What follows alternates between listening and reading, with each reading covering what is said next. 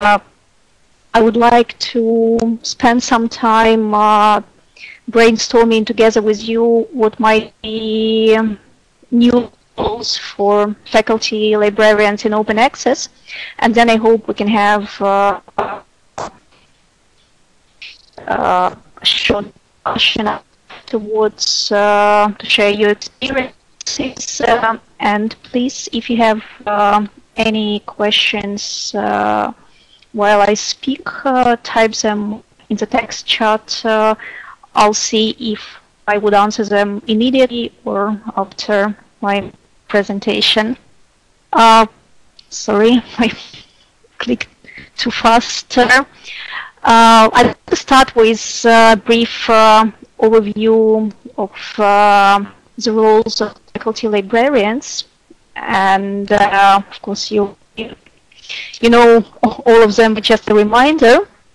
Faculty librarians are really liaison people between the library and faculty members, and they are the ones who assist faculty with reference and research needs, including online support and training. And I like this short summary of major activities of liaison librarians, because they are the ones that actually have the best working relationships and collaboration with the faculty. They are perfect communicators with academic departments and libraries. And they are the ones who already increasing awareness of faculty members and students on changing scholarly communication environment, and they are the ones who bring together needs faculty and students back to the libraries and help to adjust future library services and initiatives. So they are two-way communicators, they are partners and collaborators with faculty, they are perfect outreach specialists, they are really tech early adopters and integrators on campus, they are experts in references and research, they all are basically all do teaching, for example, information literacy courses, and they also help with collection development, reporting the needs of their faculties.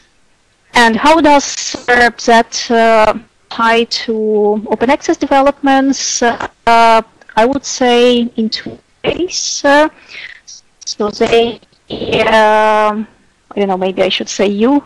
I don't know how many of you are faculty librarians. You can be very helpful in open access awareness raising and advocacy on campus, and you can provide a perfect support and training for teachers and students. Can you still hear me without my webcam? Okay, good. Because I couldn't understand whether the webcam is connected with the sound or not. But it's good if you can hear me. So let's start with open access awareness raising and advocacy.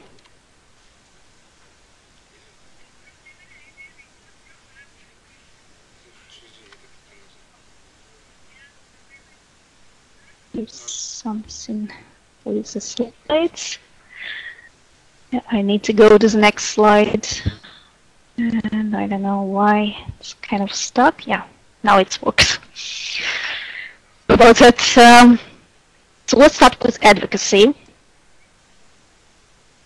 I like this quote from the UK Open Access Implementation Group, which says that both academics and administrative staff need to know how they are going to benefit from depositing in an open access repository and why open access repository is useful to them.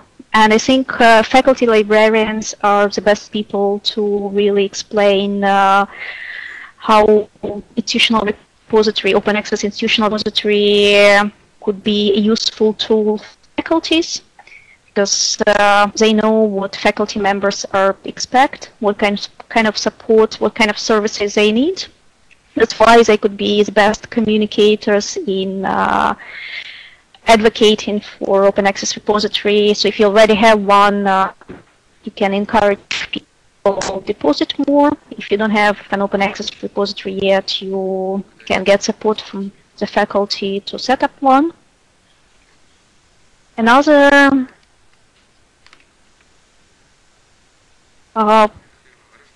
what I really like about open access advocacy is that in the end, open access repository is not really for librarians. It's for researchers, for students, and they must feel it as it's their own.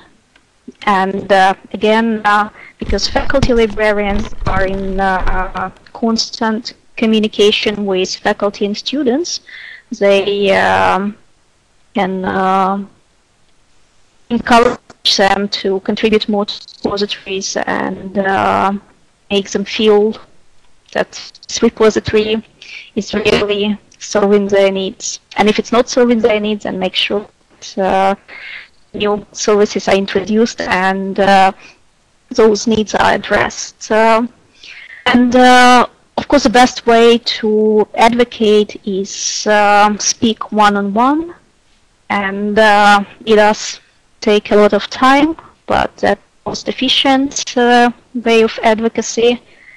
As my colleague from one of Kenyan universities said, people do value personal touch.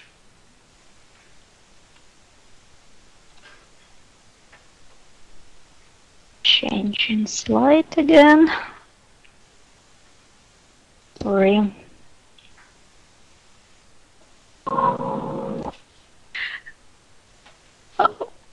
To have effective open access advocacy campaign, you need to have some champions, and ideally such champions would be somebody from university management, but also you do need faculty members or active students, and you need both senior researchers and you also need young researchers who can understand the benefits faster.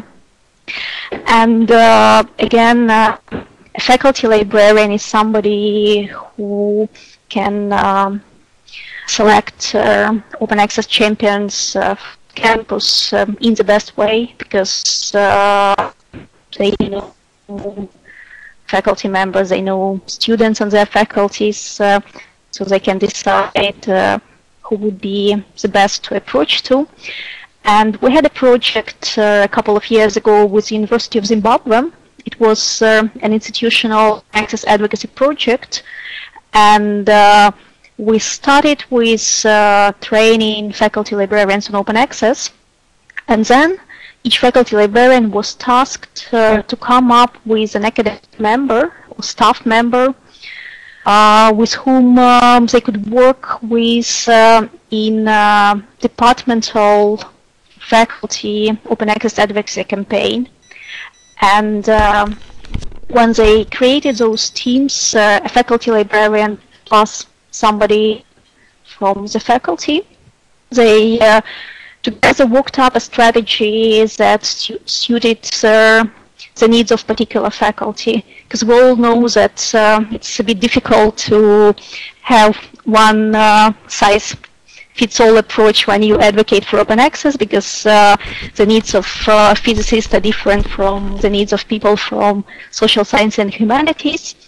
And again, faculty librarians and people from these faculties would know exactly what the needs are and how they could be addressed in the best way. Coming up with some possible tasks, and I was not sure whether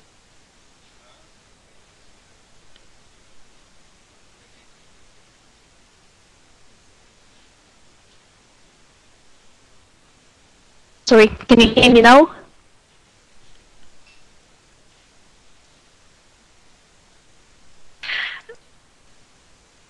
coming up with a list of tasks, and I was not sure whether I should call them tasks or possible activities or possible actions. Of them, I would say marketing and promoting open access scholarship on campus.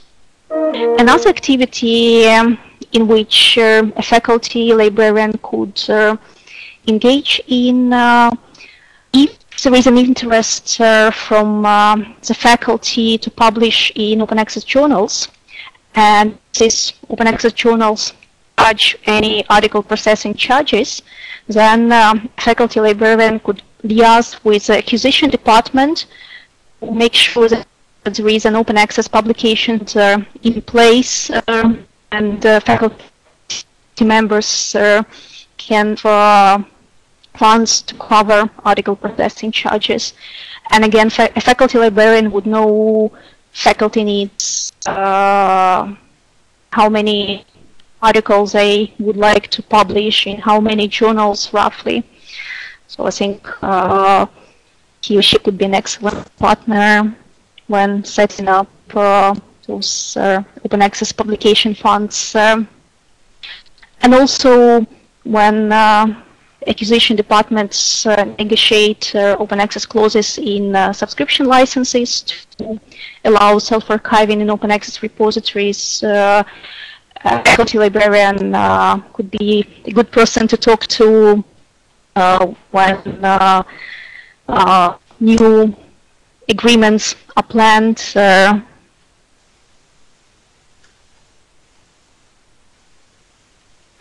Another area where faculty librarians could be useful is communicating statistics, usage and download statistics from repositories, because researchers do need to know how many people read and view their papers, and when such statistics is provided by a repository administrator, it could be also a useful advocacy tool. And like this slide says, there are cases when faculty starts competing with each other to see who is the most downloadable author or the most viewed author, and that helps to spread word about a repository. That helps to create a buzz.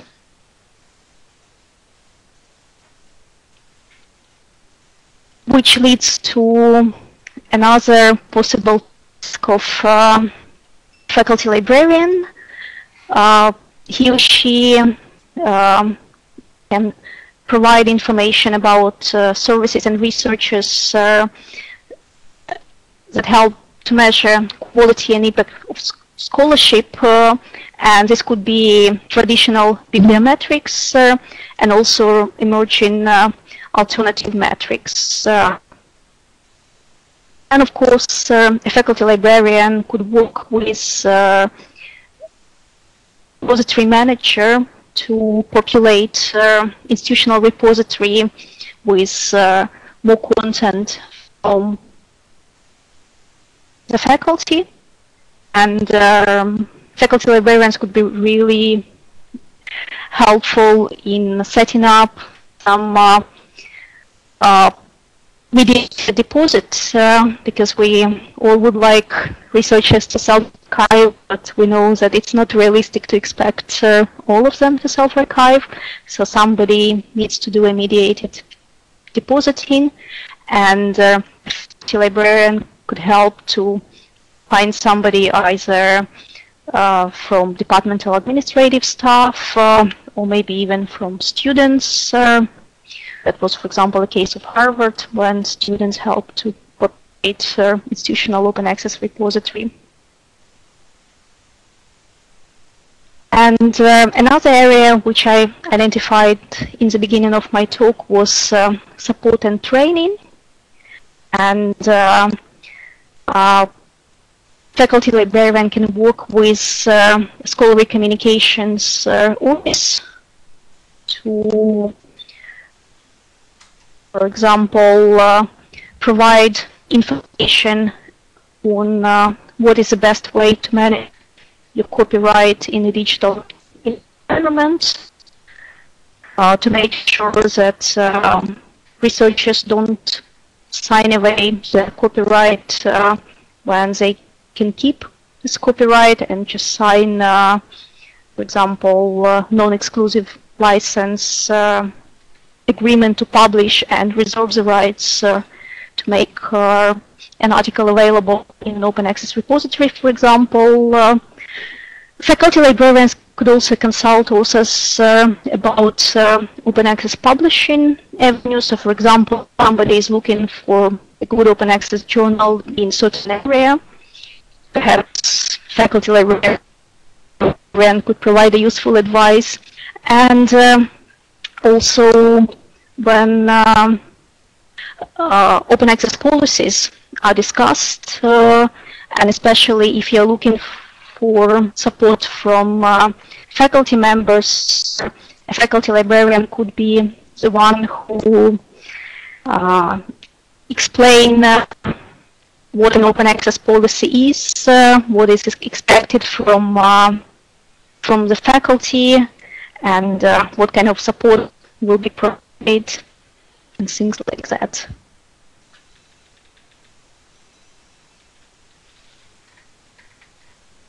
Another possible tasks could be when you run information literacy trainings, you can also raise awareness about open access, and you can also include some practical questions like financial support if that's needed.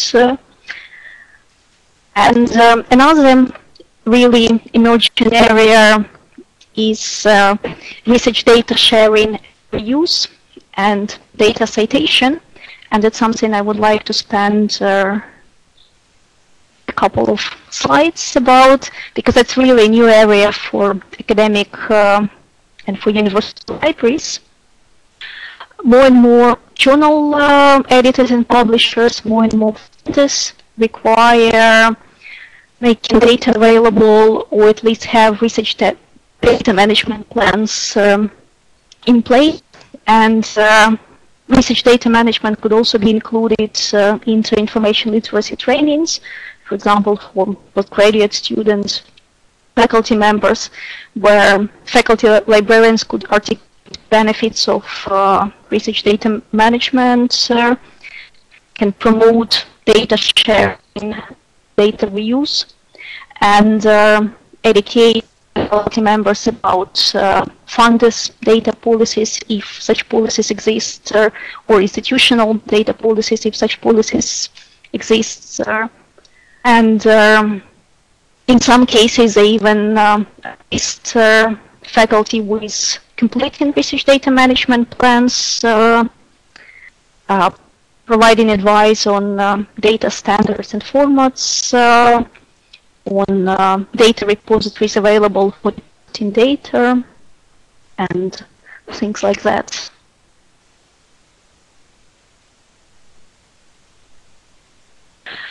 I'm coming to the end of my presentation, and I'd like to mention a couple of resources that I used when I was making the slides. So one of them was a report released by Confederation of Open Access Repositories, which is called Sustainable Practices for Populating Repositories. And basically it addresses following three areas. Incentives, what are the benefits of repositories, and how you communicate these benefits through advocacy and metrics, as well as through adoption of policies and mandates that require deposit. Another area, how you integrate your repository with other institutional services, like, for example, research information systems, research biographies, etc. And a third area is mediation, how you implement tools, workflows, agreements, make deposit process easier and more simple. And this report covers 8 profiles, sustainable practices for populating repositories, and I do wish you to read it. It will be where you can download it inside of my slides. And another materials which I used when I was making my slides are some preliminary results from a joint task force that was set up by the Association of Research Libraries, Canadian Association of Research Libraries, Association of European Research Libraries, LIBER, and CORE, on librarians' competencies in support of e-research and scholarly communication. And I also have a practical assignment for you.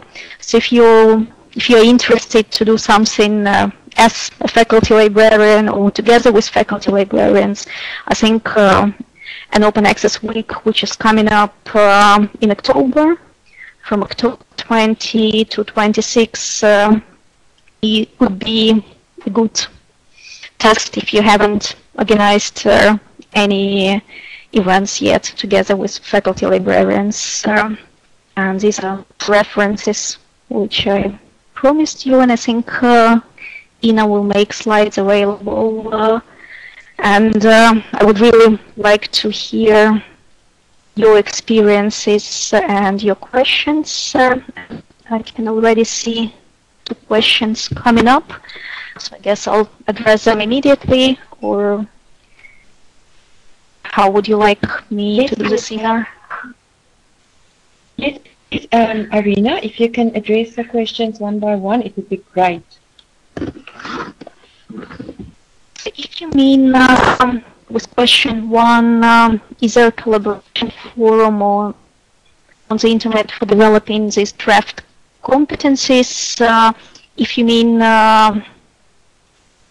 these ones, coming back, librarians' competencies in support of e-research and scholarly communication, we developed 3 service areas and 3 profiles so far on research data management, scholarly communication and open access, and on digital humanities. And these 3 profiles are open for comments as Google Docs, so I'll put a URL in a minute in a text chat. And then the next question is how acquisition departments can negotiate open licensing in subscription contract. I'm sorry if I haven't been clear. I didn't mean open licensing in subscription contract, but I meant a practice. For example, that's how German research organizations alliance negotiate their licenses, and also it's a part of EIFL model license. If you have a subscription to a certain journal, so for example, if you have subscriptions to the journals published by Oxford University Press, and if your faculty members publish their articles in these journals, then in your agreement with the Oxford University Press, you have a clause that your faculty members could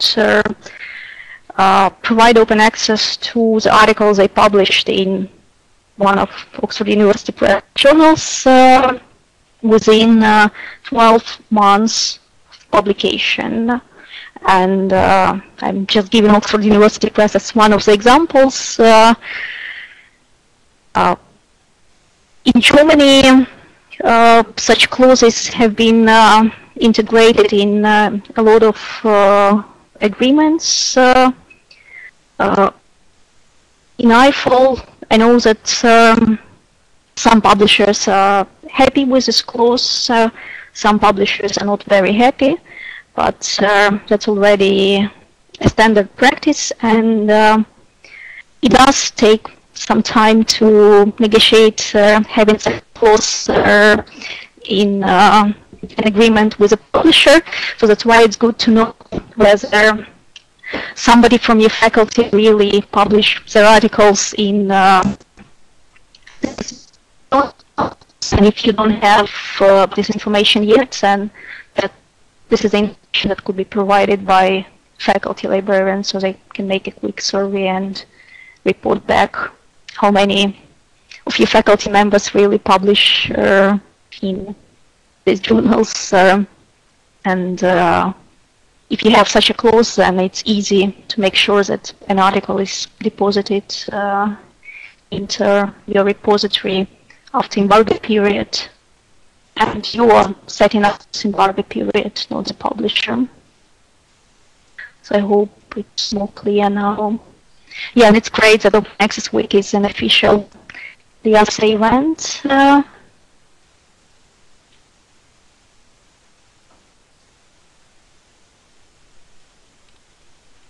So I know some examples from Zimbabwe. For example, University of Zimbabwe, which I already mentioned, where faculty librarians are engaged of support of communication. So in University of Zimbabwe, they actually ran institutional open access advocacy campaign, and the goal of that campaign was to have an open access repository well populated, and also to have ETD mandate, which they already had, and they're moving on with their institutional open access policy. In Kenya, faculty librarians have been really helpful supporting new approaches to scholarly communication. And there are also many examples from Europe and the US. So you know that in some countries there is a different structure of libraries, so they might not be called faculty librarians, but they will be called liaison librarians. But they would perform more or less similar tasks as faculty librarians, and they are usually the ones who implement trainings on open access, especially awareness raising.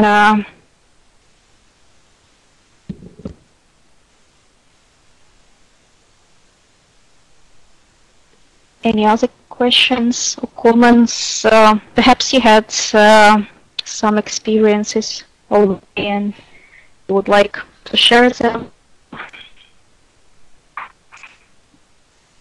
I might just add, it's Iryna here, that open access is something which is important for all libraries and librarians. Our libraries is about access. Our main purpose is to provide access to educational resources. If something is open for an academic library, it means it's also open for public libraries and school libraries. So actually we're all trying to keep our access open for all our users, as it has been before the internet. The internet is also about open access, so this business model of paying for access to information is expensive, and all faculty librarians should play a role in this. I don't know how the rest of you feel. You're most welcome to, if you have a microphone, to click on the microphone button and unmute it and indicate that you want to say something, or you can type it on the right hand side.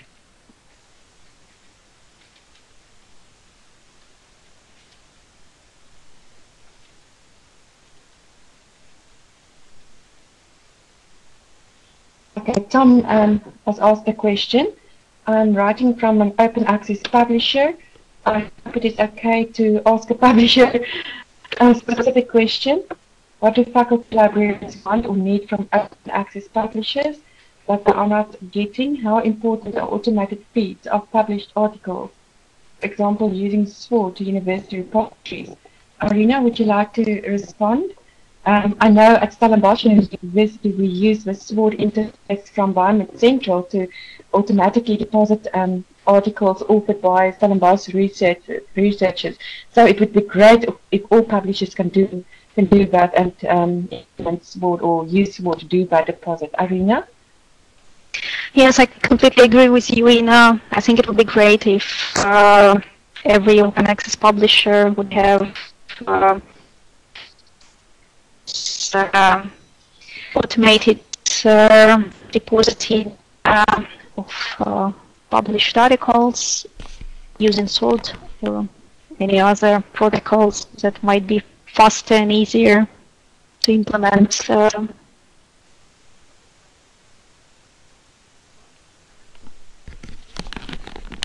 And speaking about the needs, I would say that perhaps faculty librarians would appreciate some advocacy and promotional materials. If you could share them, then they always need to have data. For example, when you advocate for open access, it's always good not only to say that it increases readership, but be able to really provide some usage data. So, for example, if somebody publishes an article with your journal, if you could communicate back some milestones when you, for example, reach a certain amount of usage downloads,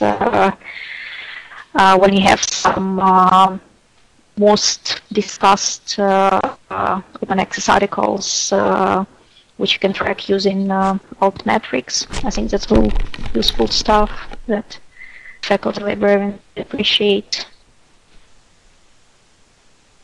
Iryna, publishers play a very important role in terms of editorials, editing journals and peer reviews, etc. Okay, I think if there's no more questions, then please, you're welcome to share this presentation afterwards. Then the reason why we ask you to register for webinars is so that we can communicate with you and email you and also share presentations with you afterwards. So please make sure that you register for the webinar. Iryna, I thank you so much for your time and for capturing the essence of the faculty librarian. I think you've managed to do it great, and I really look forward to see libraries making it part of a role of a faculty librarian. Thank you for your time. So it's a virtual thank you from us. To everybody else, thank you for joining us. And if you have more questions, you can just Google Iryna. Iryna's email is on the web and on the EIFL page, so you're most welcome to make contact with her anytime. Also, good luck with your open access week planning, and share your stories with us afterwards, your success. And then hopefully we will see you all tomorrow at 11 o'clock for the Open Access Journal Hosting Service webinar. Thank you, Iryna, and hope to speak to you soon again. Thank you very much. Bye, everybody.